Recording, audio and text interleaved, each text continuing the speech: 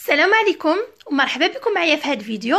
اليوم ان شاء الله غنحضر معكم الرفيسه المغربيه على حقها وطريقها بطريقه رائعه ومبسطه، حتى المبتدئات ممكن انهم يوجدوها بهذه الطريقه اللي غادي نحضر معكم ان شاء الله.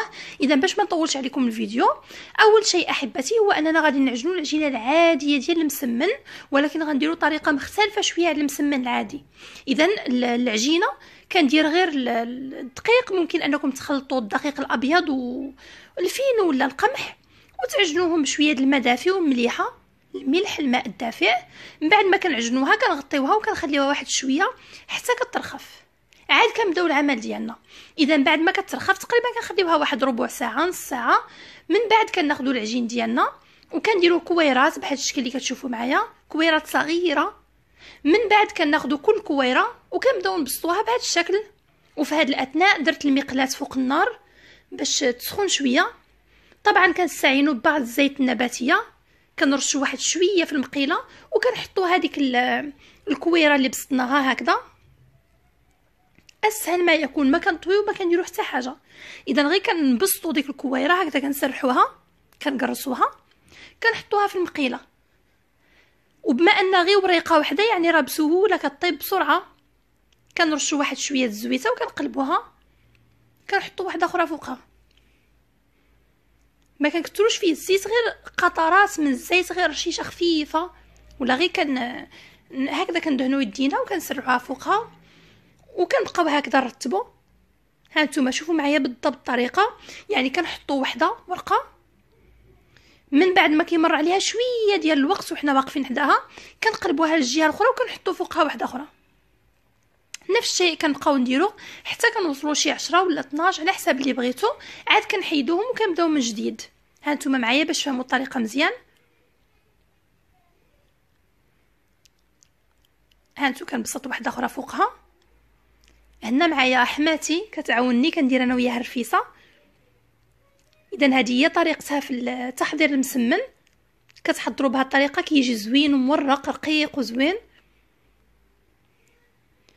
اذا كنستمروا بحال هكذا كنحطوا وريقه، وملي كنقلبوها الجهه الاخرى على الجهه اللي طايبه كنحطوا فوقها واحده اخرى. كنتمنى تكون واضحه معكم الطريقه. اذا حتى كنكمل كيف قلت لكم تقريبا واحد 10 12 يعني حتى كتعلى واحد شويه. ها انتم مازال كنستمر دائما، غير تقلبوا تحطوا واحده الفوق، لان هذيك الجهه اللي كنقلبوا عليها هي اللي محتاجه طيب، اما الجهه اللي كنكونوا قلبناها راها طايبه بحال هكذا، يعني كنحطوا فوقها واحده اخرى. كنستمروا بحال هكذا. هنا لقيت اننا درنا تقريبا 12 وحده، فبدينا من جديد، عاود بدينا الحبه الاولى الثانيه وكنستمروا بحال هكذا. كتجي سهله حتى في التقطيع، يعني انهم مرقين مقطعين وحده وحده، يعني كيبقى لنا غير اننا نقطعوها لقطع رقيقه. ها حنا بدينا في الطبقه الثانيه حتى هي، ها نتوما كتشوفوا. اذا ما بقى لنا الان الا اننا نوجدوا المرق ديال الرفيسه. مرق كيجي رائع ولذيذ لذيذ بزاف بزاف بهذه الطريقه المبسطه اللي غادي ندير معكم ان شاء الله. اللي كلا رفيسه عندي كيحماق عليها، كتجي زوينه وما كتعذبنيش نهائيا، ساهله. اذا ها حنا كنوجدوا المسمن، قربنا نكملوه، وفي نفس الوقت غادي ندير حدايا المريقه ديال الرفيسه طيب.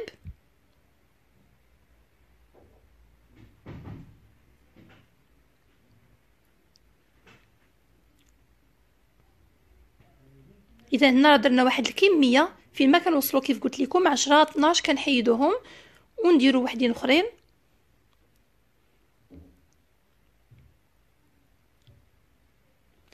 بالنسبه للمرق غادي نحتاجوا الدجاج، ممكن انكم ديروا اللي بغيتو، ممكن ديروا القديد، ولا انا كتعجبني بزاف بالدجاج. غادي نحتاجوا شويه الفول، شويه العدس وشويه الحلبه. وهنا غادي نحتاجوا التوابل، ملعقه كبيره من السكينجبير، ملعقه كبيره من الكركم ولا الخرقوم البلدي، ملعقه صغيره فقط من الفلفل الاسود، والملح حسب الذوق، وشويه الهريسه، غير شويه، القليل من الهريسه كتلذذها بزاف. وعندي 2 بصلات كبار. اذا غادي ناخذ ديك الكميه ديال الدجاج، غنقطعوا فوقها واحد شويه البصله وزويته ونديروها تشحر فوق النار باش كيسهل علينا الطبخ دغيا، ما كيشدش الدجاج الوقت بهذه الطريقه. ممكن انكم تخليو الملح حتى الاخير الا بغيتوه يطيب لكم بسرعه، ما كيشدش نهائيا الوقت. اذا لا كنت زربانه وبغيتو يطيب ليا بسهوله وبسرعه، الملح كنخليه حتى المرحله الاخيره، حتى كنحل في الاخر كنبغي ندير الطماطم ولا مطيشه عاد كندير الملح. اذا كيف شفتوا معايا كنديرهم يتقلاو ويتشحروا شويه فوق النار، هذيك البصيله مع الدجاج. وغادي نمر نوريكم بقيه المراحل. هنا حدايا مقابله المسمن ديال الرفيسه، اذا خدامين هنا وهنا باش في نفس الوقت يطيبوا بجوج. من بعد ما تشحرات ضفت الماء، تقريبا نديروا واحد لتر ونصف الى لترين من الماء حتى كتعمروا عليها. الان جيت البصله ديالي قطعتها هكذا الى شرائح طويله، وغسلت العدس والفول. اذا العدس والفول راه كندير كميه لا باس بها، اما الحلبه غير واحد المعلقه كبيره، ولا ممكن ديروا غير معلقه صغيره لان هنا عندي الكميه كثيره، هذا علاش درت ملعقه كبيره. اذا بالنسبه للعدس تقريبا درت واحد نص زلافه، وكذلك الفول نص زلافه كبيره، ولا ممكن ديروا اكثر اللي بغيتو. اذا انا مشيت للطنجره ديالي رميت فيها كل شيء مره واحده، رميت البصله اللي قطعتها شرائح والتوابل والعدس والحلبه والفول. ما بقى لي الان الا انني نقطع هاد الربيطه، هاد القبيطه ديال القزبر والمعدنوس، نقطعوها ونضيفوها فوقهم.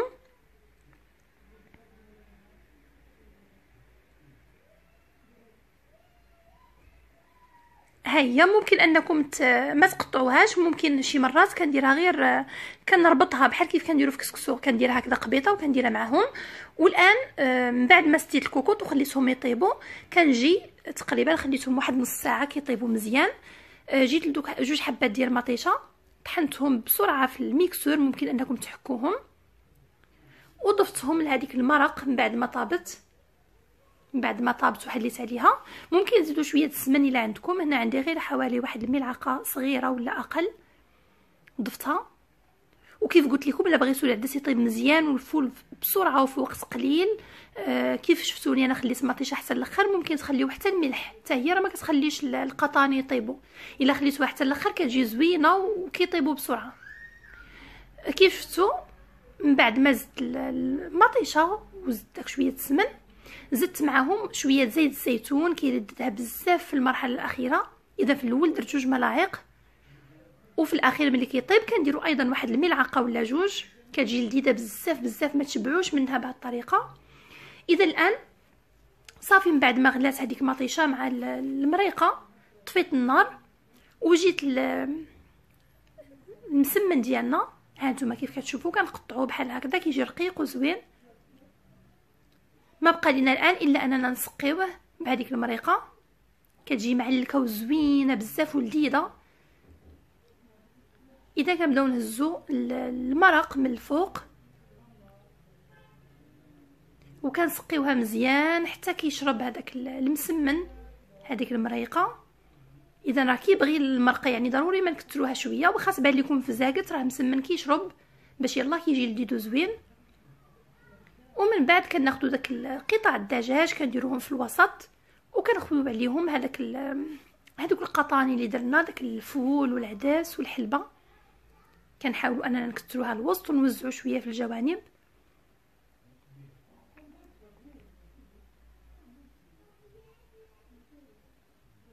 كتجي زوينه بزاف ورائعه بهذا الشكل. ممكن انكم تكثروا فيها شويه د الماء وتسقيوها مزيان وتخليوها حتى تشرب تقريبا واحد 10 دقائق عاد تقدموها. كل ما شربت اكثر وكل ما جات لذيذه وزوينه اكثر. اذا احبتي هذه هي طريقتي السهله والبسيطه في تحضير الرفيسه المغربيه. نتمنى انها تكون عجباتكم. واخا احيانا الا كان هكذا عندي الضياف كنزينوها بالبيض مسلوق بالقرقاع. المهم انا درتها معكم بسيطه عاديه، نتمنى ان شاء الله تعجبكم.